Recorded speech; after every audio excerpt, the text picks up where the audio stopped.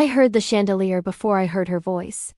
The soft, trembling ring above the table started right as my mother leaned in and said, "We're only inviting you out of pity, so don't stay long." Forks paused. My sister smirked. My brother kept swirling his scotch like the words were meant for someone else. I felt heat rise in my cheeks, but my hand stayed steady as I lifted my glass. I smiled, took one small sip, and stood. No one stopped me. No one even looked up. 2 weeks later, every single one of them would.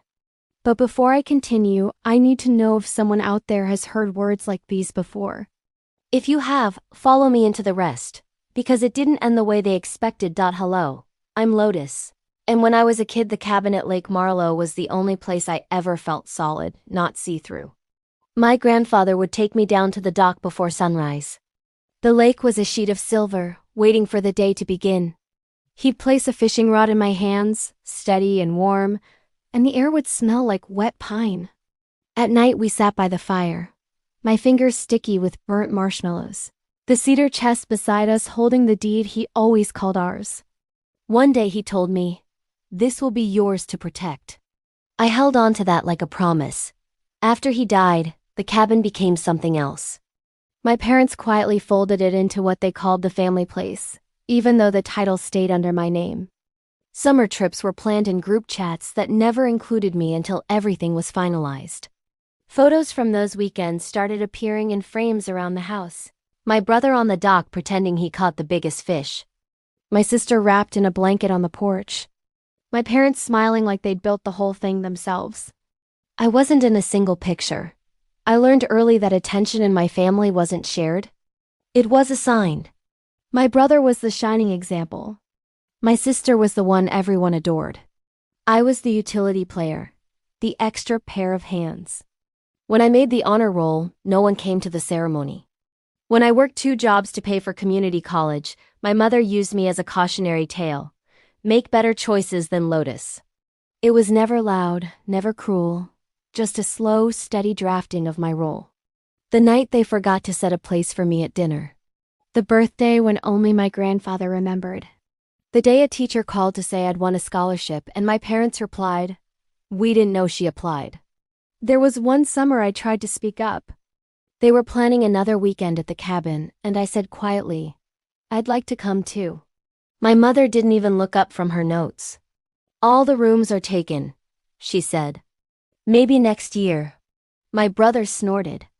My sister kept scrolling. I stood there holding a bag of groceries, asked to pick up the lantern someone said we needed.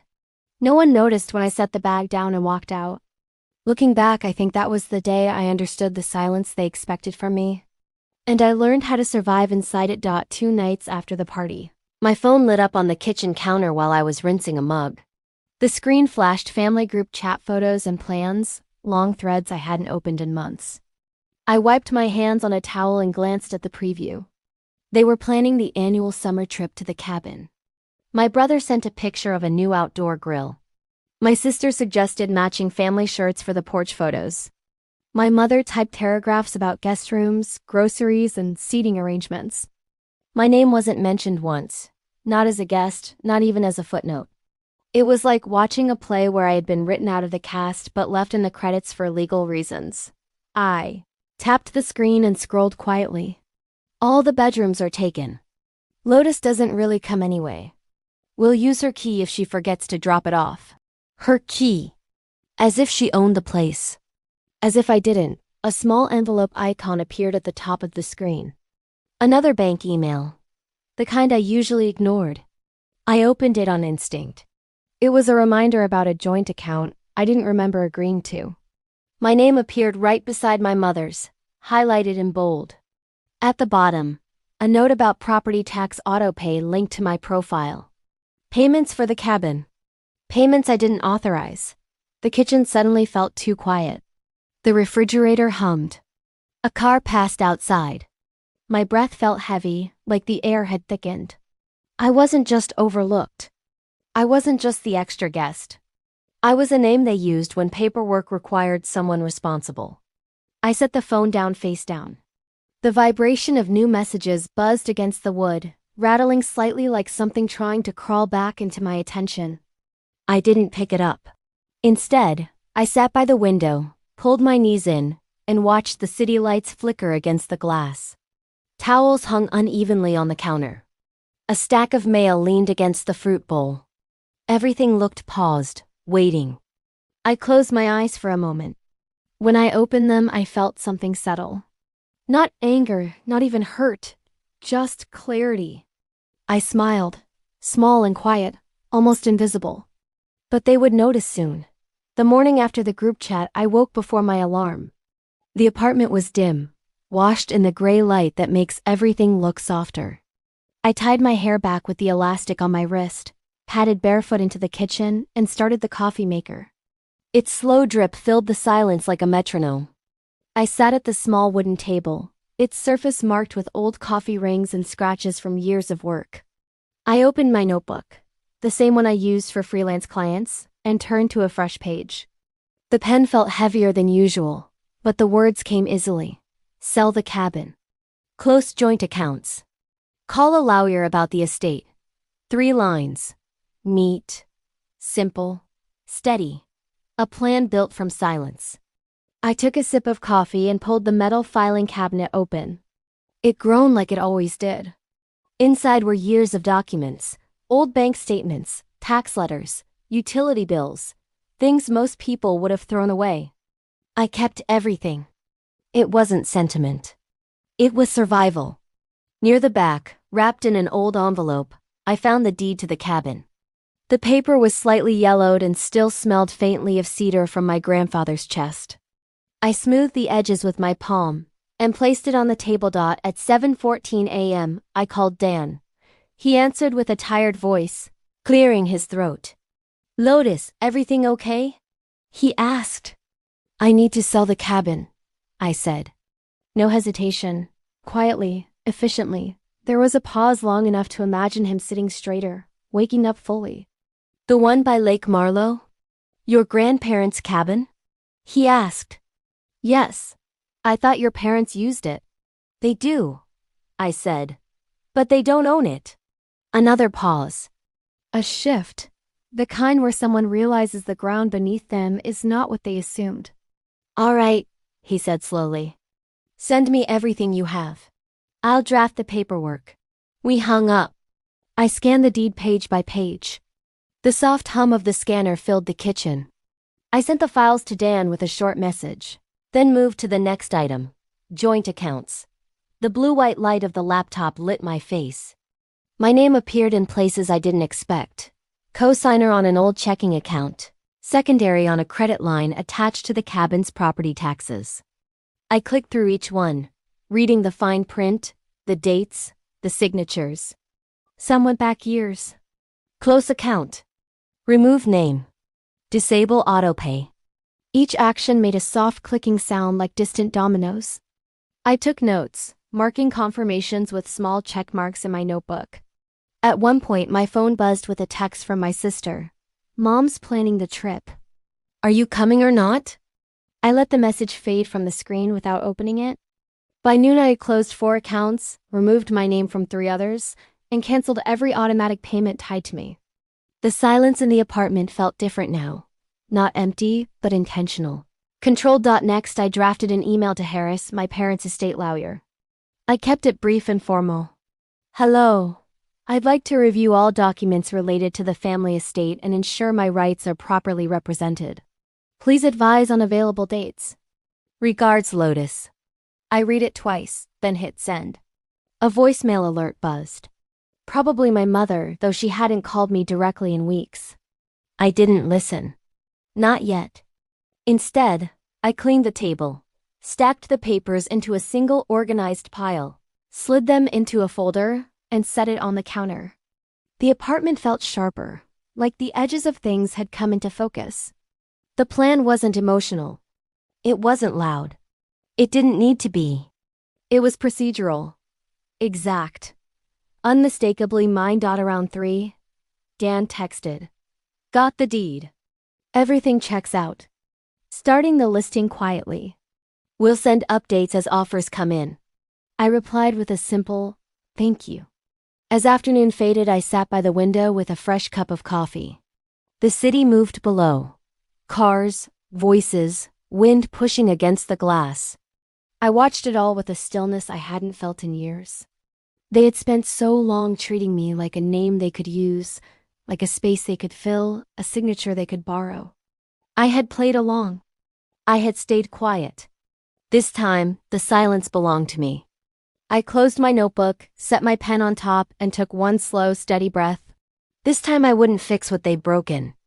2 weeks passed and nothing dramatic happened. Just time passing the way it always does, quietly, until something breaks. The first crack came on an ordinary morning. I was folding laundry when my phone buzzed. Dan. Offer came in. Cash buyer. Closing soon. Funds will transfer directly to your account. I read the words twice. They felt strangely distant, like reading about someone else's life. I texted back one word. Approved. By noon the cabin was gone. I didn't tell anyone, but they found out anyway. That evening my sister sent a string of frantic messages to the family group chat. Did someone change the lock code at the cabin? Mom's freaking out. Dad says the realtor sign wasn't there last week. Lotus, what did you do? I didn't open the thread. I watched the previews stack on my lock screen, each one more frantic than the last. My mother called 3 times, then left voicemails. Lotus, this is not funny. Call me back immediately. You had no right. This isn't just your decision. Call me now. Lotus, please, you're scaring me. Call me back. I didn't. I sat at the kitchen table sipping lukewarm coffee and watched the voicemail counter climb like a timer. For the first time, their panic wasn't something they could hide behind polite words. It was raw, uneven, honest. Then came bank statements. My mother texted a blurry photo with red notifications. Joint account closed. Credit line suspended. Property tax autopay failed. Secondary signature removed. She didn't need to add a message. The image said everything. Within minutes, my brother called, and called again. I let each ring fade into the room like a distant alarm. I put the phone face down. The vibration rattled lightly against the wood. The apartment felt smaller, tighter, as if the air had thickened. A soft thud came at my door. A pause, then the buzzer. It's Dad. Open up. His voice carried none of the command I grew up with. It sounded strange, somewhere between anger and uncertainty. I buzzed him in and stepped back, leaning against the counter with my arms crossed. The door opened hard, hitting the stop with a sharp click. My father stood there, breath heavy, face flushed. He looked around the apartment, slowly taking in the mismatched furniture and the neat stack of papers on the table. Is it true? He asked. Did you sell the cabin? I kept my voice even. Yes. You closed the accounts, remove your name from everything. Yes. His jaw tightened. Do you understand what you've done? I nodded once. He exhaled long and shaky, like someone realizing a door had been shut from the other side. All right, he said quietly. You've made your point. I straightened. No, I haven't. Not yet. He looked at me, and then really looked. In that moment, the balance shifted, not loudly, not dramatically, but with a quiet, undeniable tilt. A small envelope sat on the counter, Dan's letter. I slid it toward him. A lawyer's letter is on its way, I said. You should read it. His posture folded like a structure losing a support beam. He didn't argue. He didn't shout. He turned, opened the door, and walked out. For the first time in years, the silence he left behind felt like mine. The morning after my father left felt unusually bright. Sunlight slipped through thin curtains and slanted lines, landing on the table where the last of the paperwork still sat in a neat stack. The room was still, except for the low hum of the refrigerator and the soft drip of the coffee maker finishing its cycle. I poured coffee into my chipped mug, wrapped both hands around it, and stood by the window. The city moved below, cars merging, people crossing streets, a dog tugging its owner toward the park. Ordinary things. Steady things that didn't need my permission or my presence. My phone buzzed on the counter. A preview popped up. Mom wants to apologize. Can we talk? We didn't know things were this bad. Please answer. I didn't touch the phone. I let the screen dim. The apartment returned to its soft quiet. I sat at the table and traced the rim of my mug with one finger. The folder of documents was closed now. The deed to the cabin was no longer mine. The accounts were detached from my name. The legal letter was moving through the system. These things weren't symbols anymore. They were decisions, finished ones. For the first time in a long while, I didn't feel suspended between obligation and resentment. I felt grounded, like someone standing on their own porch after a storm, hearing the world breathe again. A memory flickered. The cabin at dusk, the lake turning copper as the sun dropped behind the trees. My grandfather's voice, low and steady, telling me to protect what was mine. I'd tried to honor that for years. In the end, protecting it didn't mean holding on. It meant releasing the place where I once belonged but no longer did. I closed my eyes and inhaled slowly. The air smelled like coffee, old wood, and morning light warming the floor. When I opened my eyes, everything felt clear. Not lighter, not heavier, just honest. The silence in the room wasn't the kind they forced on me. It was the kind I chose. I hadn't cut them off. I just stopped signing my name under their chaos. Some endings don't slam shut. They settle like dust after a long breath, like a door easing closed on its own. If you've ever reclaimed your quiet, you know the sound it makes. It isn't loud. It isn't angry. It's the soft click of a life finally belonging to you. If you've lived through something like this, let your voice be heard. Share what stayed silent the longest.